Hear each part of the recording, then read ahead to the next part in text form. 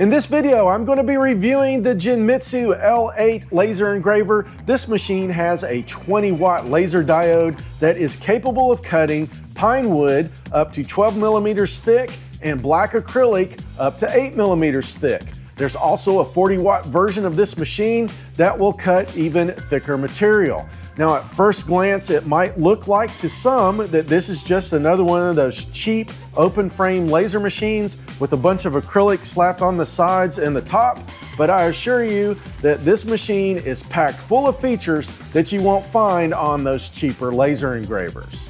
And before I go any further, I do want to point out that Genmitsu did send me this machine for the purpose of making this video. However, they did not pay me for this review or my opinion. This review is 100% my opinion on this product.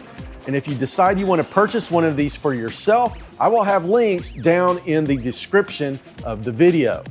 This machine has a 360-degree acrylic protection cover that prevents laser light from escaping the engraver while it is in use. So now you don't have to worry about damaging your eyes with laser light or fool with safety glasses while you are operating the engraver. It also has an optimal airflow system. It comes with its own air compressor to help blow smoke and fumes away from the lens of the diode to help keep it clean. The honeycomb bottom also vents smoke through the holes, and it has its own exhaust fan on the back of the engraver to help vent all of the smoke and fumes out of the machine. The Genmitsu L8 is also packed full of safety features, such as a flame monitor that will stop and alert you to the presence of a flame inside of the machine. It also has a tilt sensor that will stop the machine if it tilts beyond a safe amount, and it has an e-stop switch right here on the front cover. My favorite feature of this machine is the built-in camera right here on the lid. You can use this along with the Lightburn software to unlock a bunch of features that you won't find on other laser engraver machines, and we'll explore more about the camera later on in this review.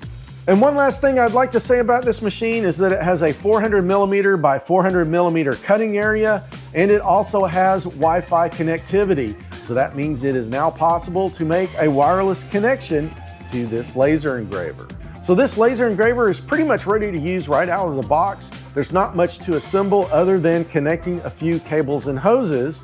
So let's take a look and see what comes inside the box. It comes with its own power supply to operate the machine. Next is an air compressor with the hookup hose.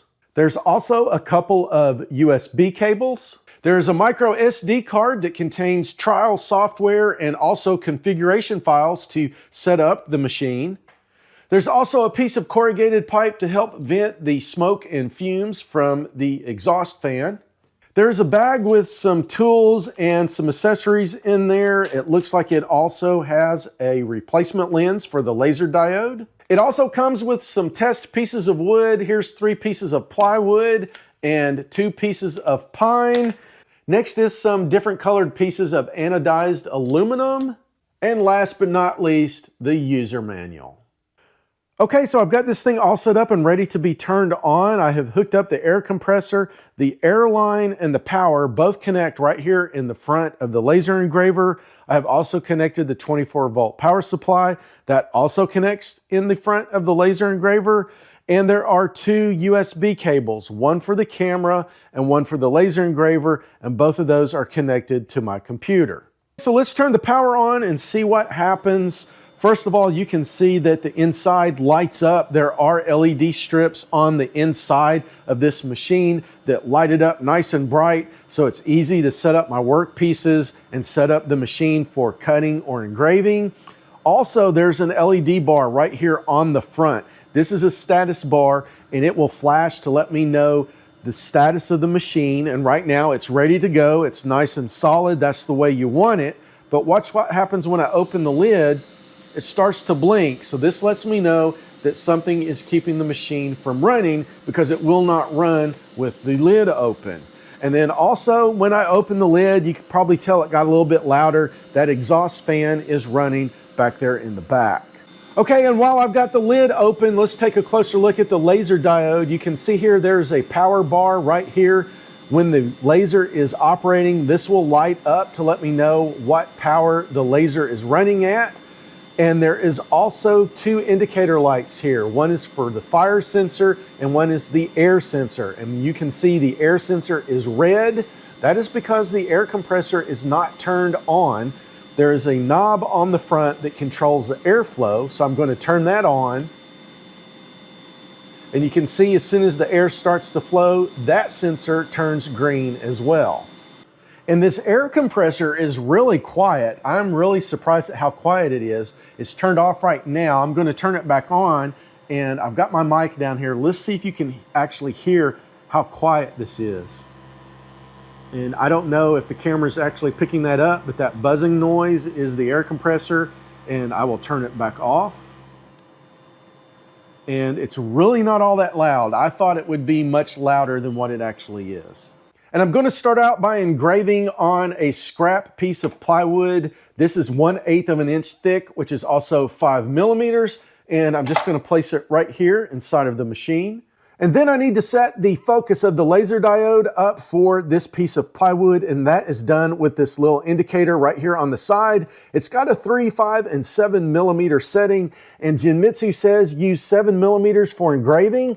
So I'm going to set this to the 7 millimeter setting, and then loosen this little red lever here on the side, lower the diode so that that little 7 millimeter tab just barely touches the plywood, and then tighten the little red tab again, move the indicator out of the way, and now the focus is set for this plywood.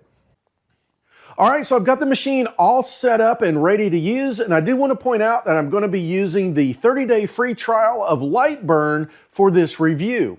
I've also got the vent hose hooked up, and it is running underneath the garage door, and this should help keep all of the smoke and fumes from accumulating inside of the shop. Okay, so let's turn our attention over to the Lightburn software, and if you look right here, I have got my Making Stuff logo, and I want to burn this onto my scrap piece of plywood. Well, this graph over here, this little grid pattern, this represents the cut area of the laser engraver, but as you can see, I have no idea where to place my logo so that it will land exactly in the middle of my scrap piece of plywood. So this is where that camera comes into play.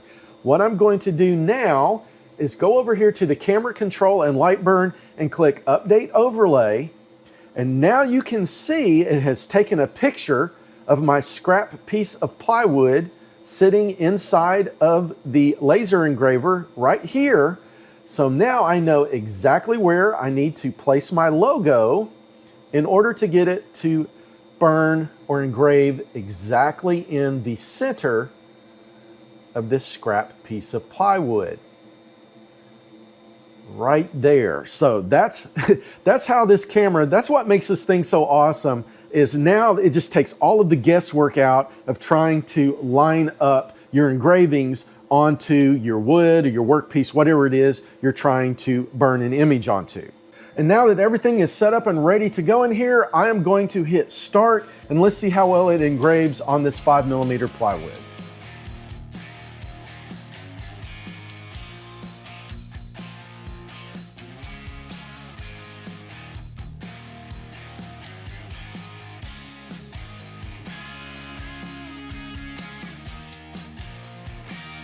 Okay, so here's what that first engraving looks like. That's not bad if you ask me. I could probably turn the power up just a little bit. I was running 3,000 millimeters a minute at only 10% power, but I did make a mistake. I wanted to cut this out of my scrap piece of plywood here, and I've already pulled this out of the machine, so I've already lost the orientation, but I can still pull this off. Let's go back over to the software and I'll show you how I'm going to do it.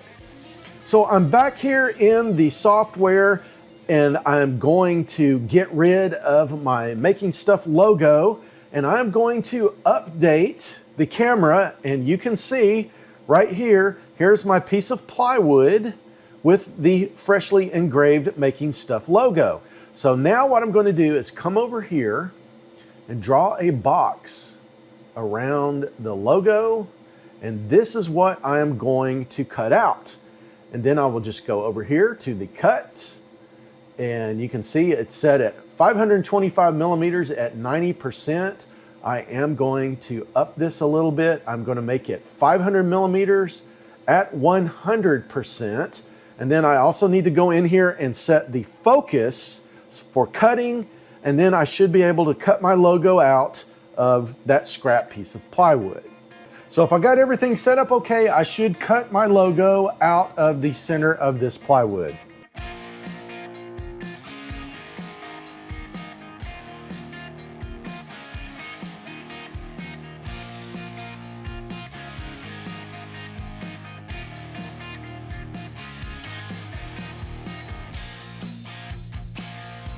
Okay, so here is my logo cut out of that 5mm plywood, and I think it did a pretty good job.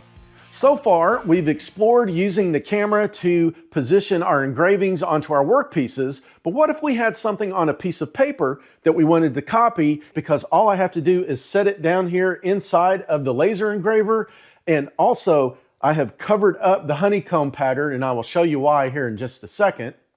And I'm back over here in the Lightburn software, and what I'm going to do is right here, I'm going to hit the trace button. And that's going to bring up this image right here, and you can see everything that it has captured is outlined in purple. So I've got my smiley face, but I've also got these lines and some other garbage in here. And that is exactly why I covered up the honeycomb pattern, because it would be a nightmare to clean this up with that honeycomb pattern in there. But here we go, I'm going to hit OK, and you can see I'm going to move this off to the side. So there we go, that's everything that was just captured by the camera, and here's the quickest way I've found to clean this up and get rid of all this garbage around it that I don't want. So what I'm going to do is go up here and hit the ungroup button, and then select just what I want to keep, and hit Control-C, unselect, select all, delete it, and then hit Control-V to paste, and there we go. That is exactly what I want to keep and engrave onto my workpiece. And then the next step is just like before. I am going to put my workpiece in the laser engraver, click on Update Overlay, and then place the engraving exactly where I want it cut out on my workpiece. Everything is set and ready to go. Let's see how well this works.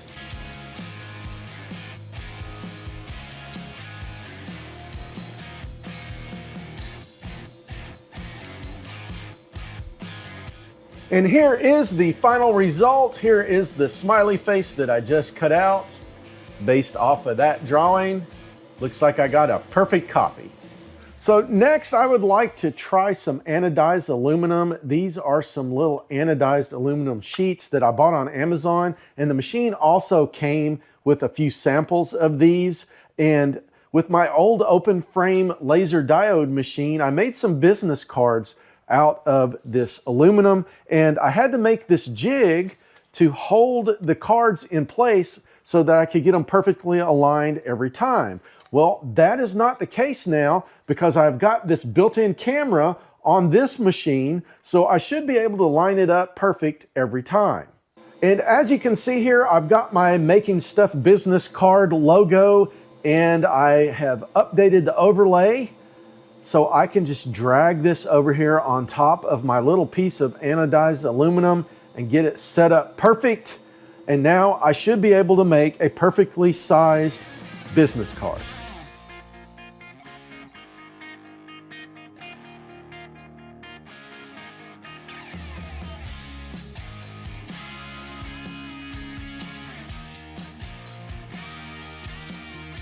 Okay, so here is what my business card looks like straight out of the machine. I'm going to take some acetone and clean all of this burn residue off of the top. And then this is what it looks like once it's been cleaned up.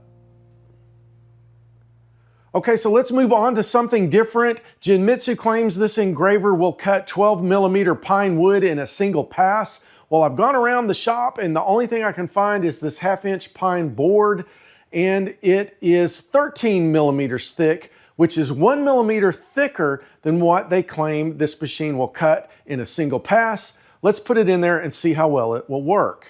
Okay, and if we go over to the Lightburn software, you can see that I have updated the overlay and the piece of wood is right here in the view of the camera. And I have just randomly drawn 3 shapes here. Let's see how well the engraver will cut these shapes into this 13 millimeter half-inch piece of wood.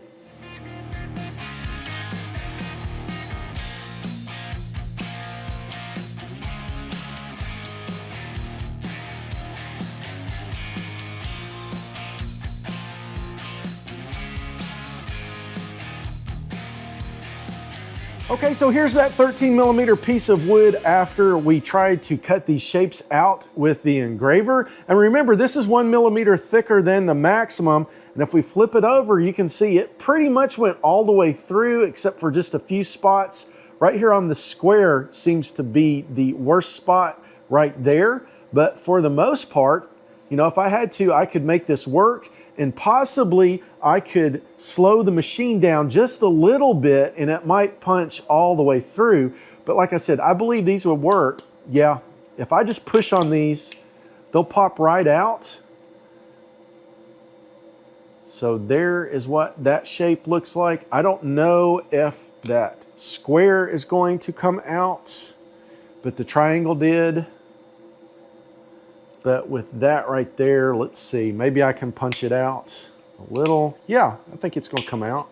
Yep, it sure did. Okay, so I went back and I tried this a second time and I slowed the machine down because I wanted to see if I could cut through this 13 millimeter wood with one pass. And let me show you the results that I got. Here's that same piece of wood that I was just cutting on, and I cut some more shapes into it. And let me show you this. They just fall right out. So yes, this laser engraver will cut through 13 millimeter pine wood. Up until now, we have been engraving and cutting wood. Let's try a different material. This is some 3 millimeter thick acrylic. It is red colored and it still has this protective film on it, but let's see how well the Genmitsu L8 will cut it.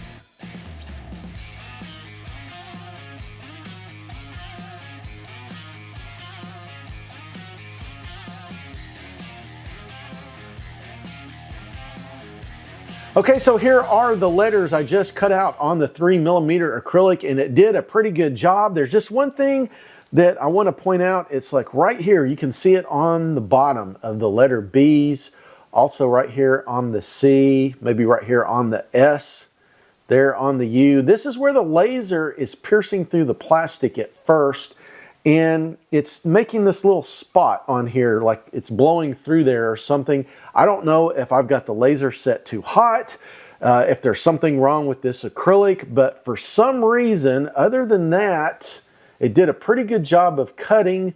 Maybe I can dial this in a little bit and solve this problem. Okay, and one other thing I want to show you guys is I did have to peel off this protective paper on the front, because if you look right here, I tried 2 times with the paper on and it just kept setting off the flame sensor. So like I said, I peeled this off and it went through and it cut this out no problem. And I did leave the paper on the back and that didn't cause any issues. It was just on the front and that flame sensor kept going off until I removed the paper. Okay, so it's been a few days since I filmed that last segment and I contacted Genmitsu and I asked them why I had to remove this paper from the acrylic, and they informed me that there is a firmware update that will fix the flame sensor. So I downloaded that firmware update, I installed it on the machine, and everything seems to be good to go now. I can now cut and burn through this protective paper and it does not set off the flame sensor.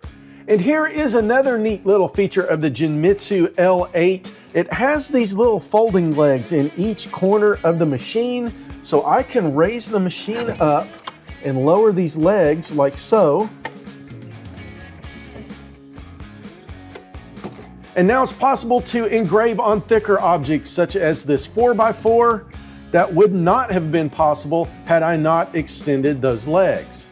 And as cool as this feature is, I do want to point out that it would be a good idea to get you some safety glasses because now the laser light can escape from underneath the machine. So this has turned out to be an awesome machine. I think it has earned a permanent place out here in the workshop. And remember, if you're thinking about purchasing one of these for yourself, to find the best price, check out the links that I have got down in the description of the video. I hope you liked the video. If you did, please be sure and smash that like button. Give me the big thumbs up. And if you aren't a subscriber, please consider hitting that subscribe button and ringing the bell so you don't miss any upcoming Making Stuff videos. And thanks for watching.